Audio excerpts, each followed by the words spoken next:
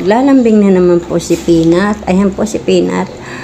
Itinali ko na po siya kasi gawa nung simula nung nalason siya dito sa loob ng bahay.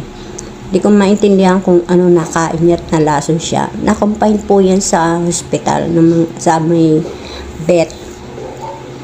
Hospital mga hayop. Ngayon, nag-alala ako na baka mamaya maulit-uli. Kaya, ayan. Tinali ko na po siya. At ito na nga po, papaliguan ko na po siya kasi isang buwan na siyang hindi naliligo at medyo mabaho na. Nagpainit po muna ako dyan ng tubig para mamatay yung lamig ng tubig. At gustong gusto naman po niya. Minsan naman po pinapakawalan ko siya dito sa bahay pero lagi akong nakatingin baka mamaya kung saan na naman mapunta at mamaya ko ano na naman ang makain. Lagi ko naman pinapalinis ang bahay pero nagkataon lang siguro na may nakain siyang hindi maganda. Kaya ayan. Talaga naman na sobrang tahimik siya habang pinapaliguan ko. Gustong gusto niya maligo. At syempre, pagkatapos niya maligo, pinunasan ko po siya para matuyo po yung kanyang balahibo. Yan po. Dati-rati pag pinapaliguan ko siya, hirap na hirap ako magpaligo dyan. Minsan nga, sa kulungan ko pa siya pinapaliguan para hindi siya ngayon tahimik siya. At napansin ko naman na gusto niya ring maligo. Yan. Ganyan po.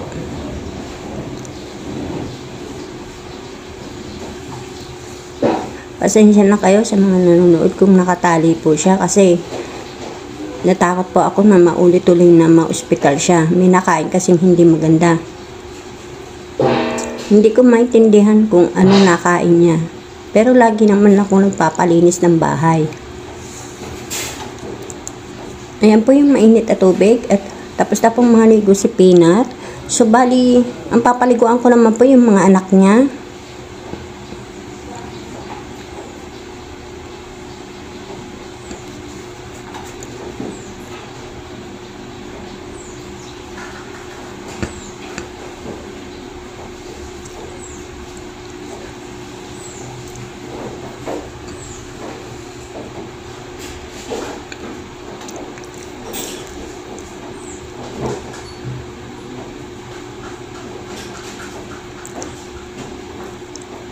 Ayan po.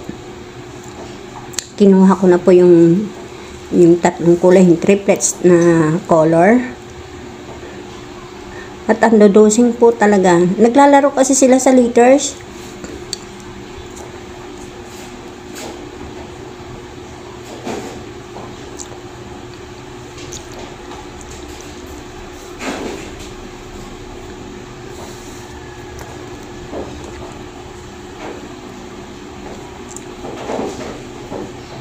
Ayan po.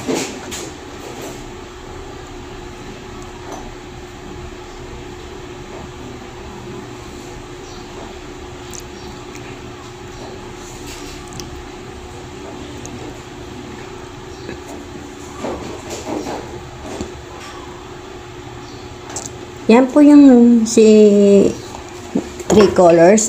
Lagi po yung tulog.